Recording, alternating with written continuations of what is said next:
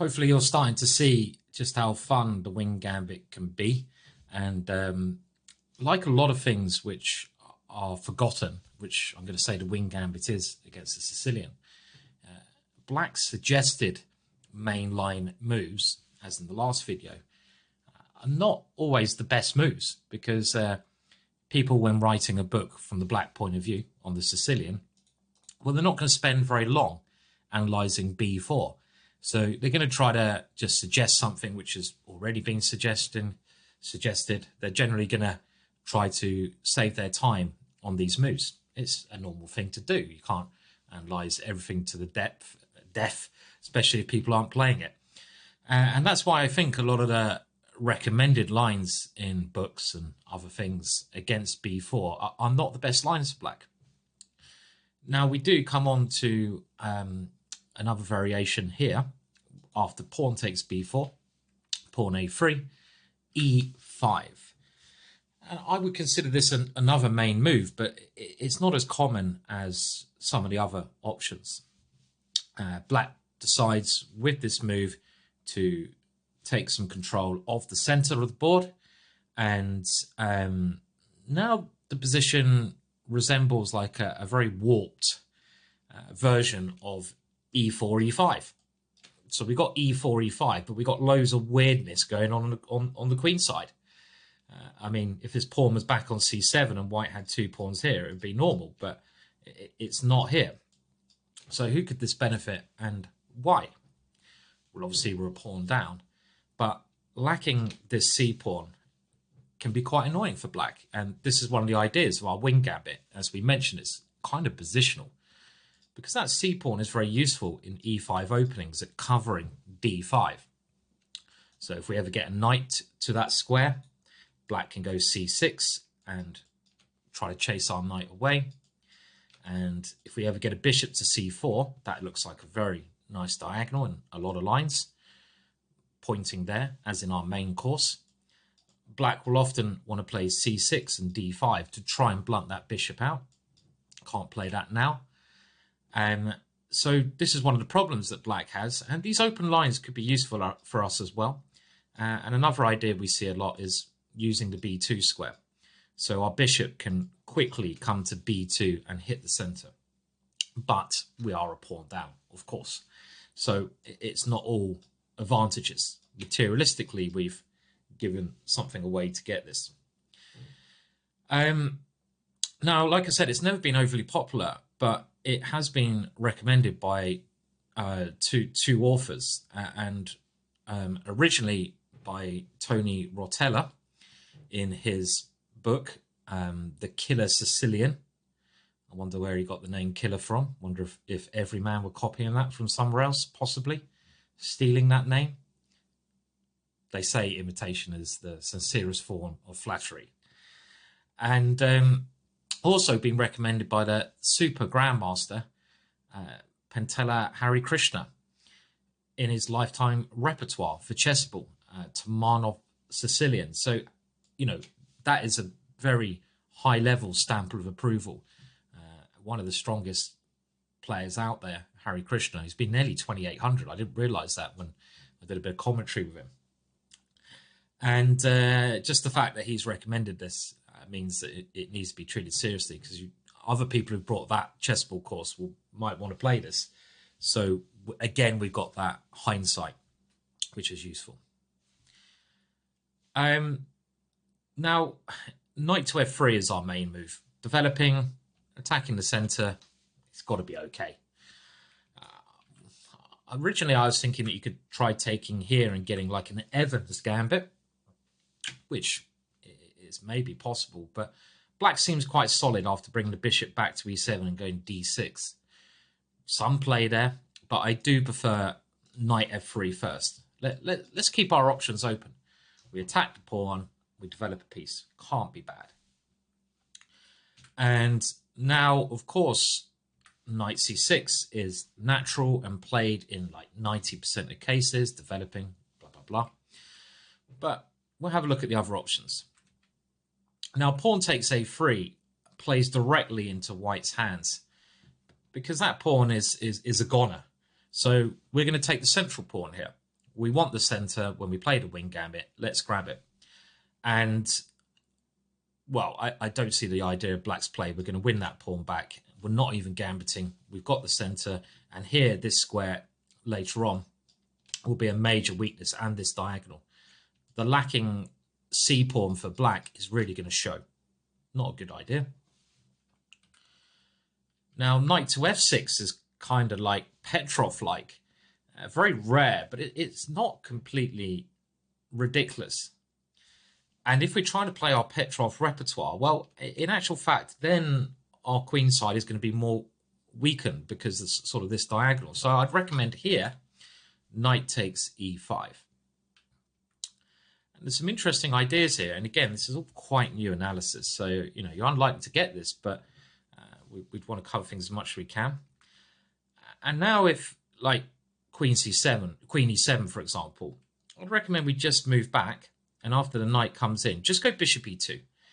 And we want to get a rook to the e file straight away. And this is going to be certainly enough compensation. If black takes on a3 here, our bishop also has a lovely diagonal. So quick rook to the e file. d6 is the way that a Petrov player might want to play this. And now I guess we come back. And here we have a nice idea, taking advantage of the fact that there's no pawn on c7. Now, taking on this square might be playable, but you've got to watch out for queen b6. I think we prefer quick development when we can. And bishop b5 check is a move you don't have in the Petrov. That, well, it doesn't work well because of c6, but here it does. And now we're aiming for stuff like queen e2, or again, rook to the e file quickly. So I think black should probably try to go bishop d7 to fight this one. And otherwise we just castle, and that knight on e4 is in trouble. And now queen e2 looks good. And after bishop b5, we have queen b5 check. And we can even just take this pawn back. Black should probably try knight c6, going for some counterplay. This looks quite greedy for us. And now we should take on b4. And maybe we will take here, given a chance. If black defends that one, then queen e2. And yet again, when we have a pawn on the square, and black has a knight here, a common theme, b5. And this is actually very tricky for black. We're going to castle next move. And black's going to have some real problems, actually. If the black knight comes to try and take on c2, well, we don't mind that because we have rook a2. And this is a beautiful idea. And again, very nice analysis here. Attacking the knight, and if the rook is taken, we can take here check and go knight c3, and the knight's coming to d5. And if queen e6, queen takes c2 with an advantage, 2 pieces for the rook. Very nice line. So after knight f3, knight f6, knight takes here. Maybe the best move is actually knight c6, and this is like the Trafford gambit a bit, which Eric Rosen has championed on his streams. Not very good in real life, but here it's a bit more interesting. And black's playing in a more gambit style here. And this is actually, a very interesting surprise weapon. If anyone plays the wing gambit against me, I would want to turn it on their head and get the initiative. And something like knight c6 would be a very tempting way to play. But don't fear, we're okay. And very messy position coming up. We're going to take that one. And here I would go for bishop b2. And this move, we're not going to try to be greedy. We're just going to try to get developed. And after pawn takes, knight takes a3, we have ideas now of bishop d4, bishop d3, and king here. And this looks okay. Well, I mean, I say okay. This looks like we've got loads of compensation. If black doesn't take the pawn, clearly we're okay. And after knight takes, queen e2 is annoying for black because we got this knight coming into the position, and this is already quite difficult for black. Actually, this is maybe not worked out so well. So actually, maybe it's just fine, this move. As long as you do remember after this move not to get too greedy and play some slow moves like this. I prefer bishop b2. I prefer bishop b2 here. In the position. Okay, now after knight to f3, one more move black can play is d5. And this is trying to meet some ideas if we take on e5 with pawn takes there, but we're not going to do that.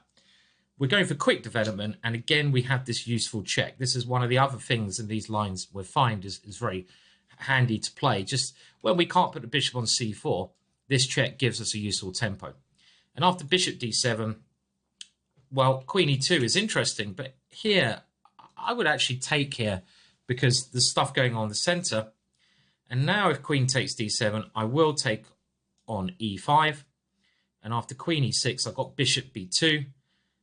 And again, I'm always taking there with a knight. And here we can castle with ideas of rook e1 and d3.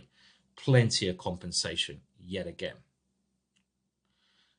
This actually d5 is actually an idea of Contronius, who is a theoretical theoretician, grandmaster from Greek, really strong theoretician.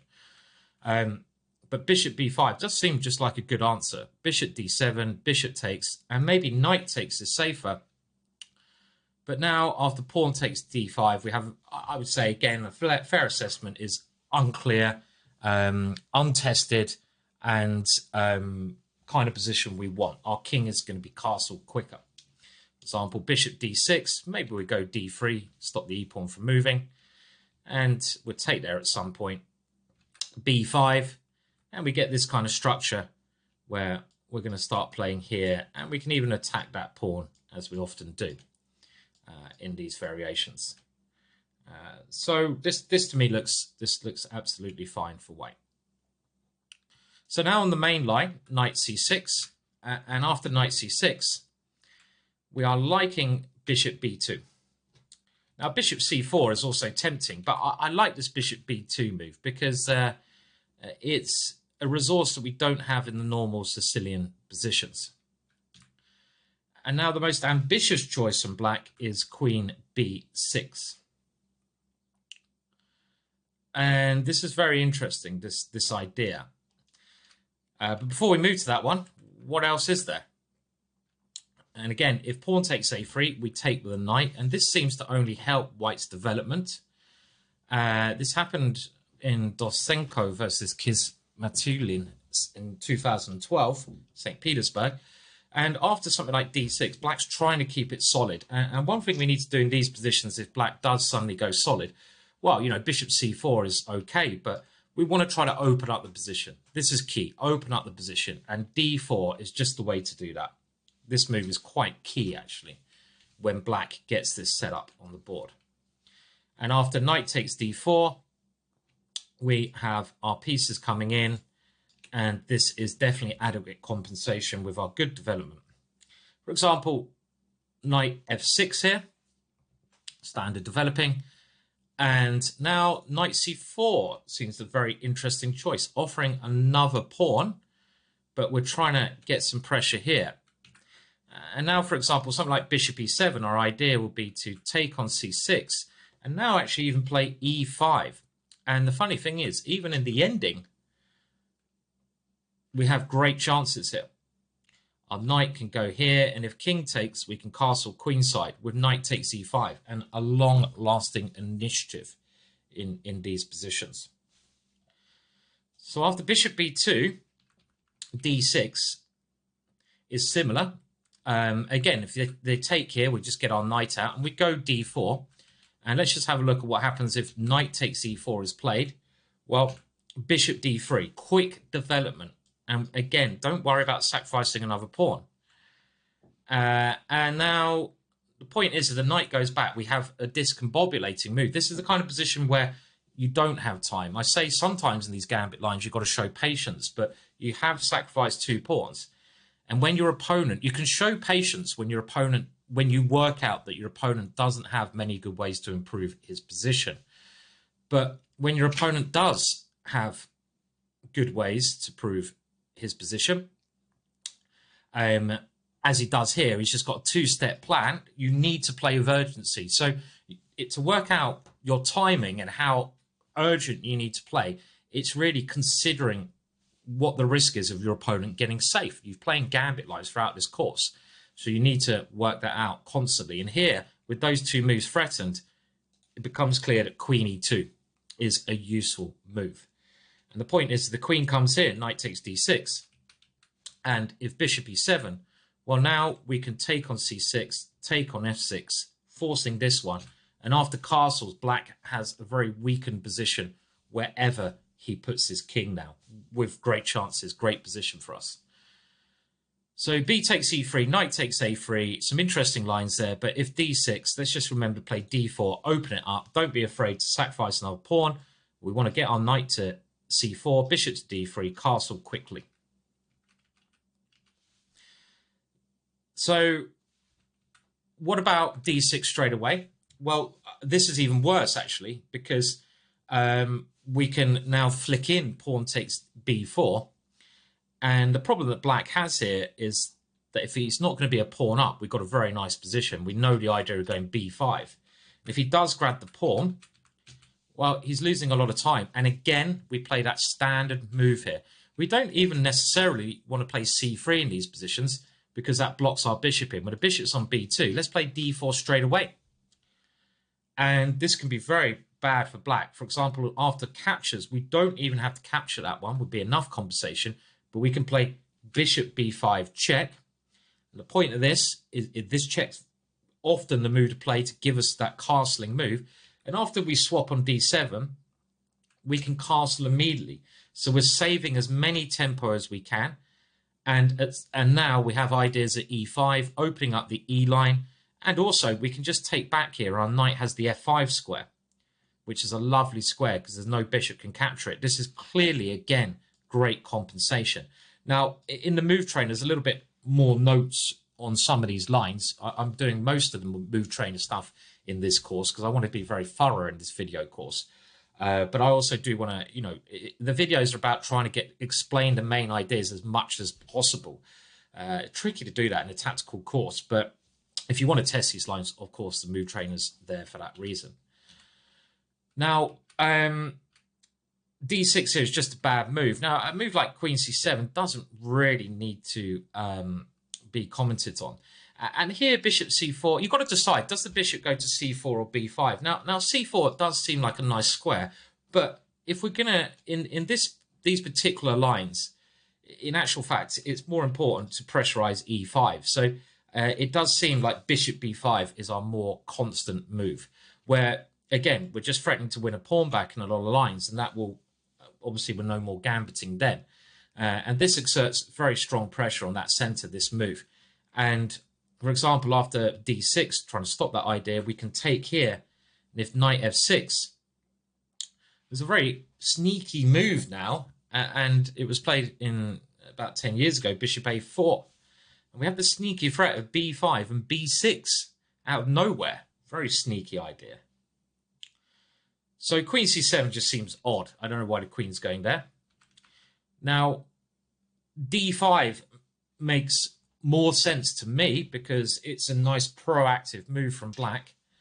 But here we should just take on e5.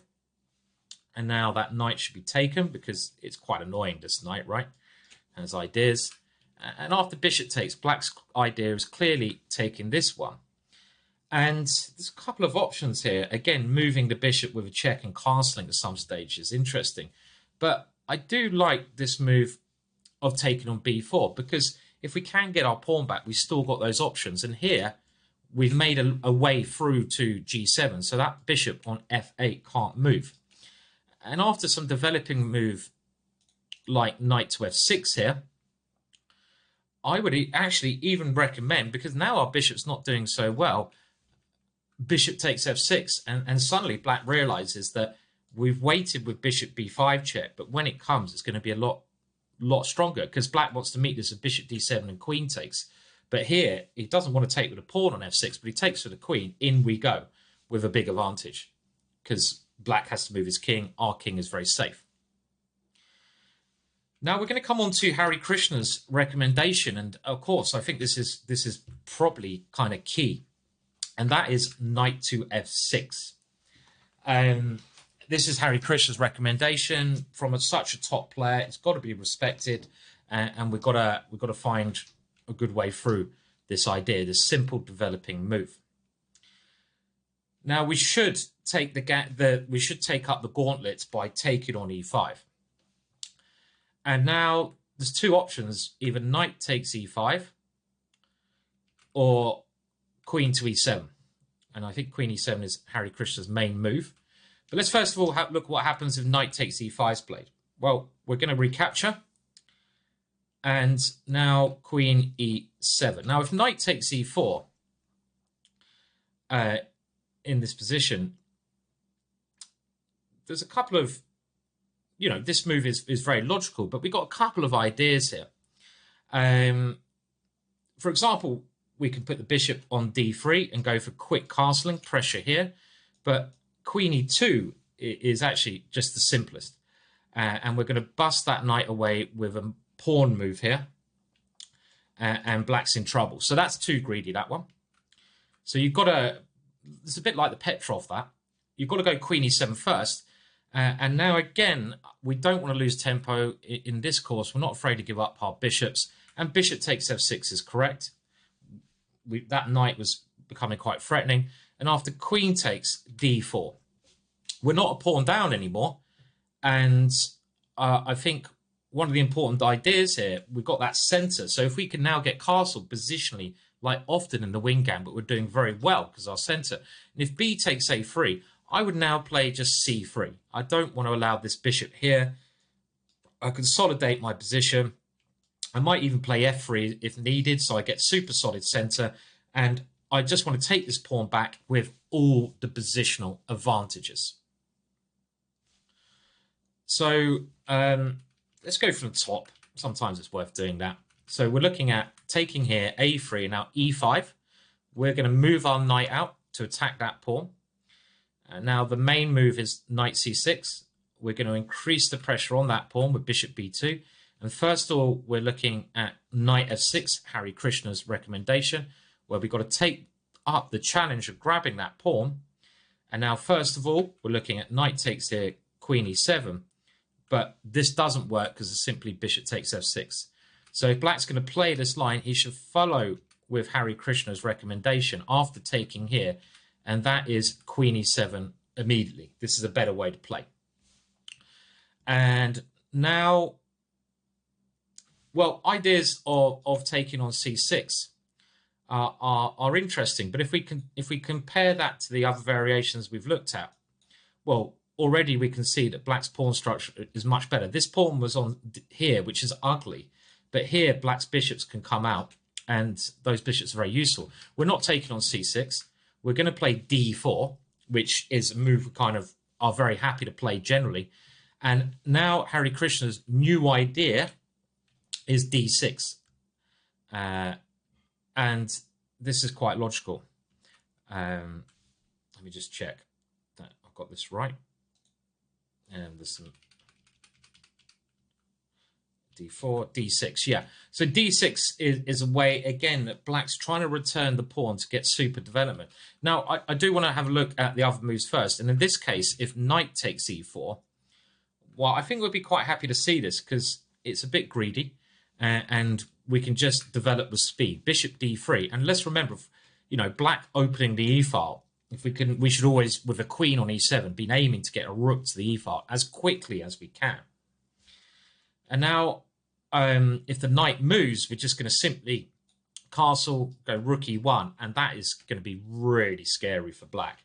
So black should try knight takes e5, and the point of this is that after this one, pawn takes here, leaves white with not a great way to recapture on a3, because if we take with the bishop, the e-pawn drops, and taking with a knight, in this case, allows some even checks here. So there's a better move, and it's actually bishop d3. We don't need to worry about that one yet. We still have the pressure. Let's remember, black's pieces are very discombobulated in this position.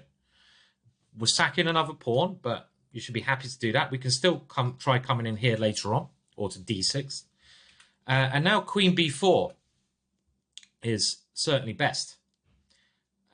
Otherwise, we might not even take that pawn. We might just try to concentrate in the middle. So queen b4 check is critical. c3, and now queen b2. And this position has had some testing and correspondence when now a brilliant move is rook takes a3. And the problem that black has, even if black wins a lot of material, look at his back rank. It's very weak. We've got nice centralization. And now, for example, bishop takes a3. We're just going to go bishop takes e4. And we're in exchange down. But our position is so much easier to play because of black's king. For example, if he castles here, we can play knight takes a3 and castles. And this is just a very intriguing position. Because of ideas of queen h5, our two bishops in the middle, we have full compensation here and a bind on the structure. Let's say the queen tries to come back. We come in here. And now weakening the dark squares would be very risky. But after h6, we still have a strong initiative with queen f5, trying to meet d6 here with just queen h7. So you've got to do something about queen h7. So g6. And now we created another weakness and something like queen f3 here. And we have a long-term bind on the position. Black has to play d6 at some point. And now we open up our other bishop and something like queen e3. And our bishops here are very, very dangerous. And this did occur in a correspondence game where white had all the pressure, even though he was a lot of material down. Well, we are threatening, let's say king here to guard it. We are threatening stuff like this to get some material back. Let's not forget. So this is a really intriguing variation. And again, some of these lines are very deep that were analyzed. But do remember, in a practical game, your opponent, it's going to be pretty amazing if he even gets anywhere near this stage. So this is with knight c6, bishop b2, Hare Krishna's knight f6. Now we take on e5, queen e7, Hare Krishna's idea, d4 we like. And now knight takes e4 is very risky for black because bishop d3. He has to take on e5, otherwise that knight is no good. And now taking on a3 is correct.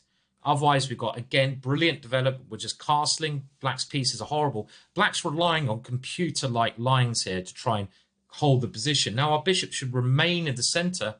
Queen b4 critical, and we're going to give that rook up with rook takes a3.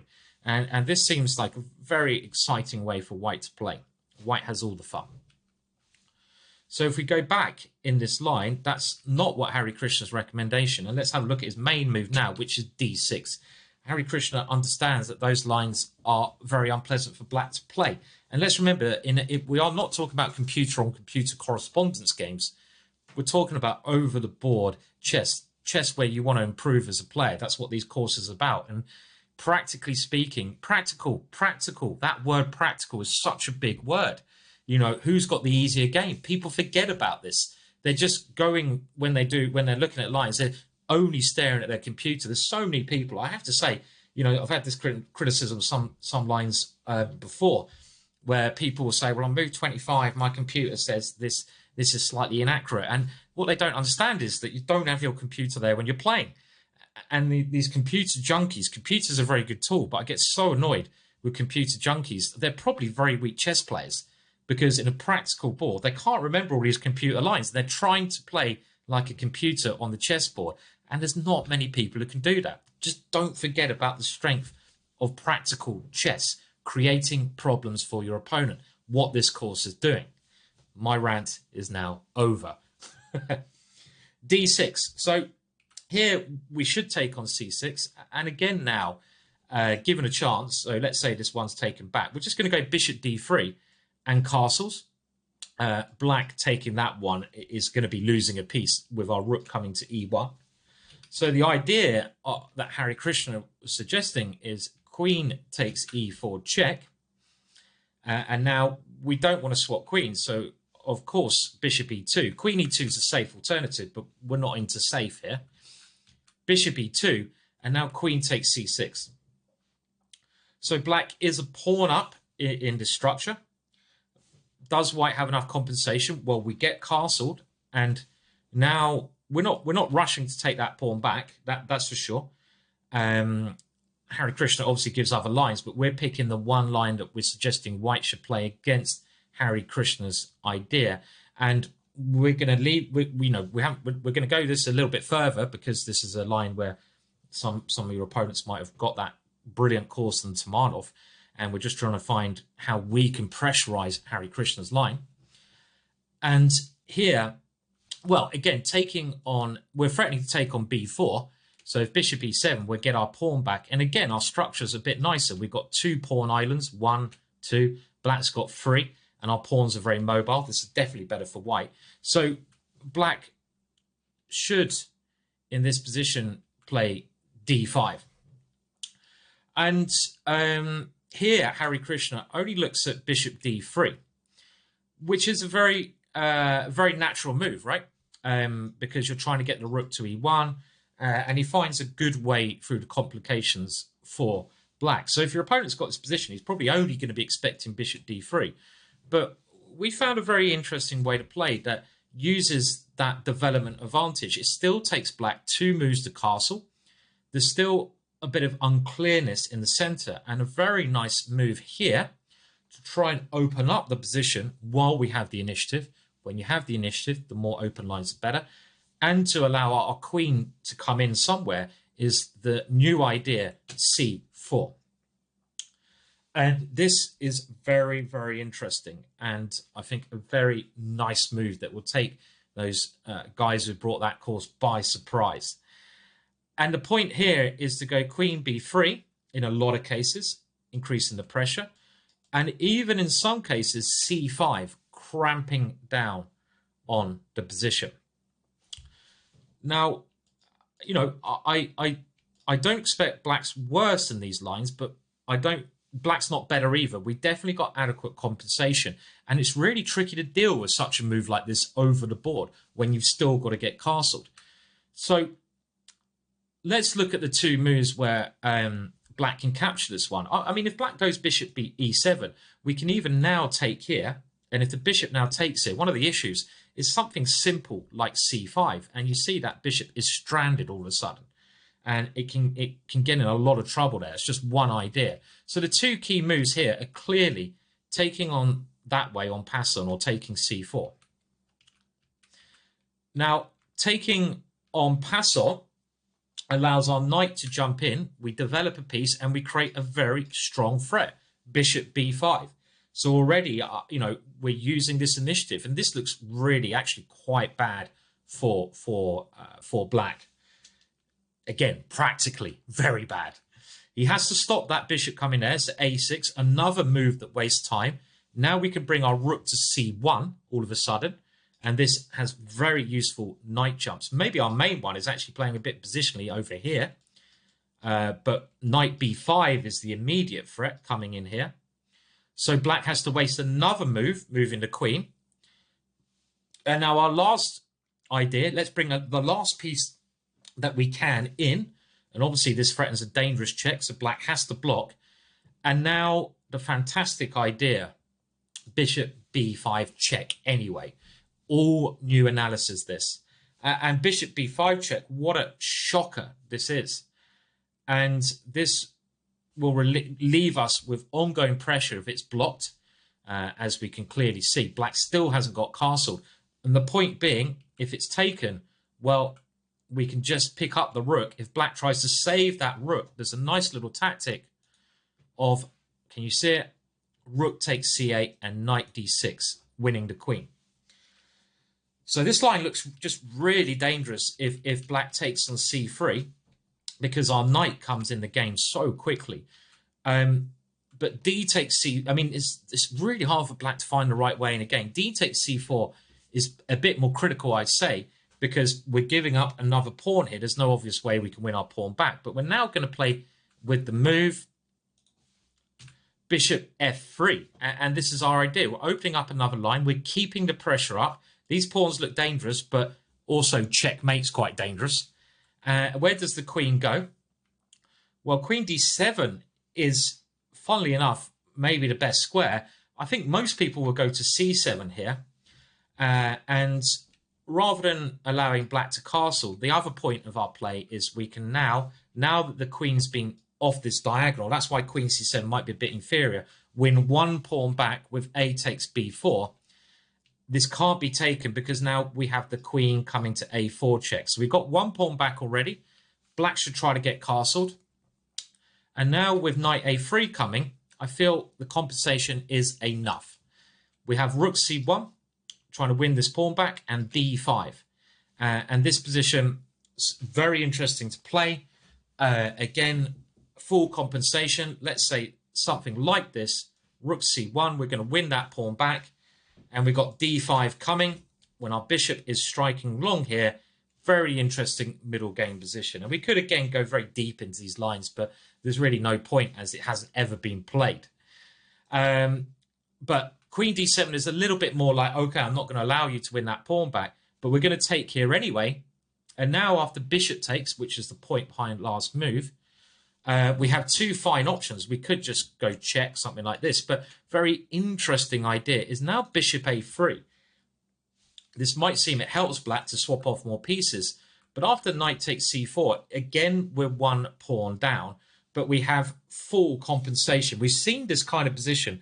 This kind of middle game we've seen often, where we rely on Delroy, the D pawn. We're pawn down. These pawns, if they get up the board, are dangerous, but they're really a long, long way from moving. And you could claim again, it's like that Benko, where if anything, we've got the pressure along the diagonals towards those. They're not diagonals; they're files. We've got little tactical threats like knight b6 in this position. And just the simple plan of going like d5, d6, and black's not fully developed. Again, absolutely full compensation. So very interesting lines there in these positions where after knight f3, knight c6, bishop b2, we have knight f6 and now taking here. And I think this is fascinating stuff. I doubt the discussion has ended here, but at the moment, white is certainly in good shape. As in, white is not worse, retains the initiative, and with a very fun position. So the last line we want to analyze is queen b6, and this is most ambitious idea. And this is hoping to, get a bit of pressure, bishop c5, and pressure against the bishop. So what do we do here? Well, we could go bishop d3 if we get scared and castle, but the problem here, and this is actually preferred in high-level correspondence games, but the problem here is that after d6, we don't have our d4 move, and that seems a little bit disappointing to me. I want to have this break against d6. So we prefer the critical knight takes e5, and the point of black's play is now, well, bishop here doesn't work so well for a couple of reasons, the safest being knight d3 when we are doing well. So the idea of black's play is to take on a3. And there's this issue now. What are we doing? Because if we take with a bishop, we lose our knight. And if we take with a knight, we lose our bishop. So this is black's idea. So we have to go bishop c3. Very, very interesting. And this has been analysed in that Killer Sicilian. Was it the Killer Sicilian by Tony Rotella? Killer Sicilian, yeah. This has been analysed in the Killer Sicilian. This is one of his suggestions. Very nice find by Tony. Very interesting idea. So again, if your opponent's got that book, we want to make sure you're very well covered.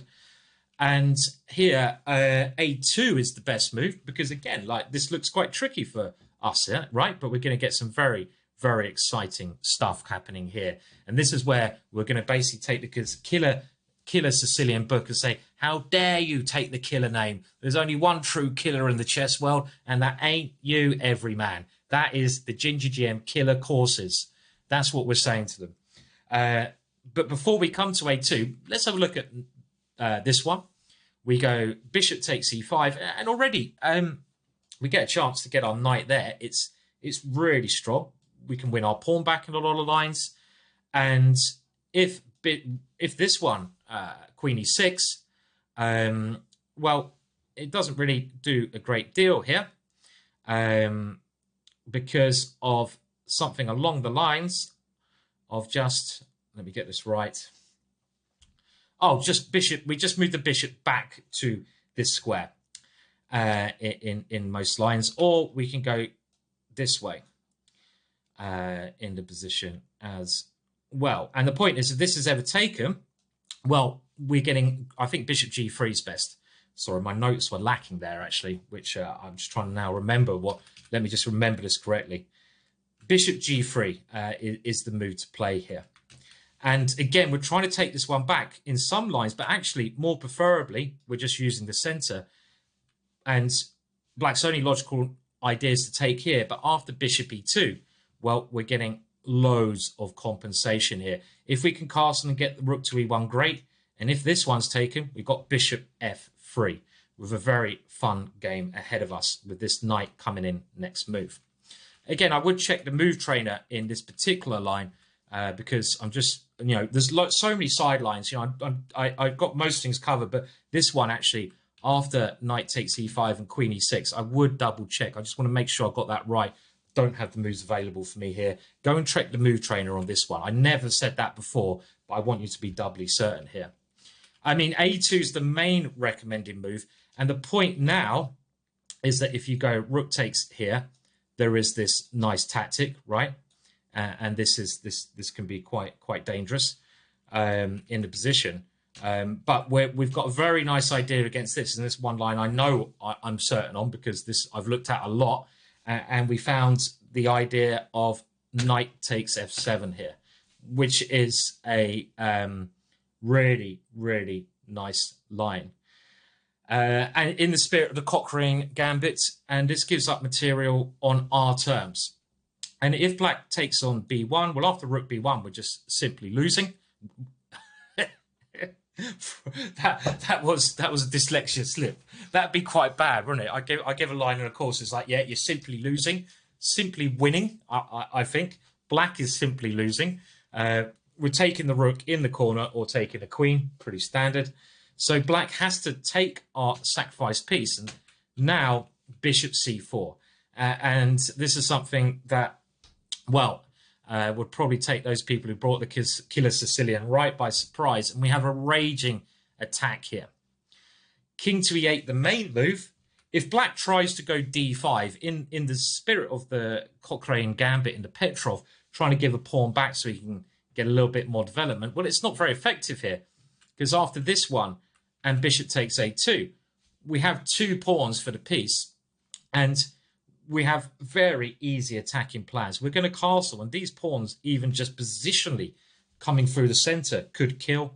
And of course, there's ideas of the queen coming out to h5. So there's no reason to give that pawn for black in this case. King e8, critical. And now there's a couple of ways to play, but simply rook takes a2. Keeps the position very dynamic.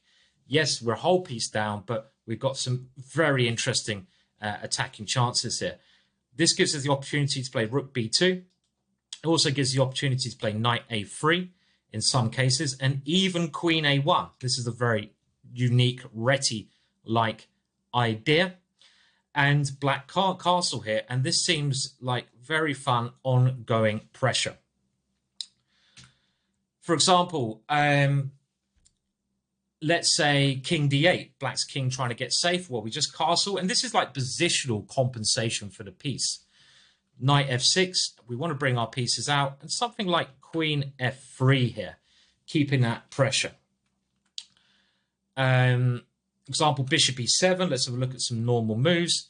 And now e5, the knight has to go back. And you can see the problem with these lines of black is it is positional compensation. We're not going to checkmate immediately, but a lot of the time it's about black's pieces.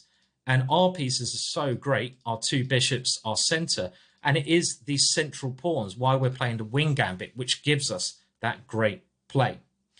And you can't even take this pawn now because of queen e3. And if we take here, we're doing this one, and this is just crushing, just one of the dangerous lines. So after, let's have a look at this lovely idea again. Knight takes f7, king takes, bishop c4, check, king e8, and now just rook takes a2. Another line to show you the compensation. Well, if black tries to annoy our pieces, something like this, now we can play knight a3. One of the ideas is putting the rook here. If black develops again, well, we can castle, this time rook e1 if that pawn's taken.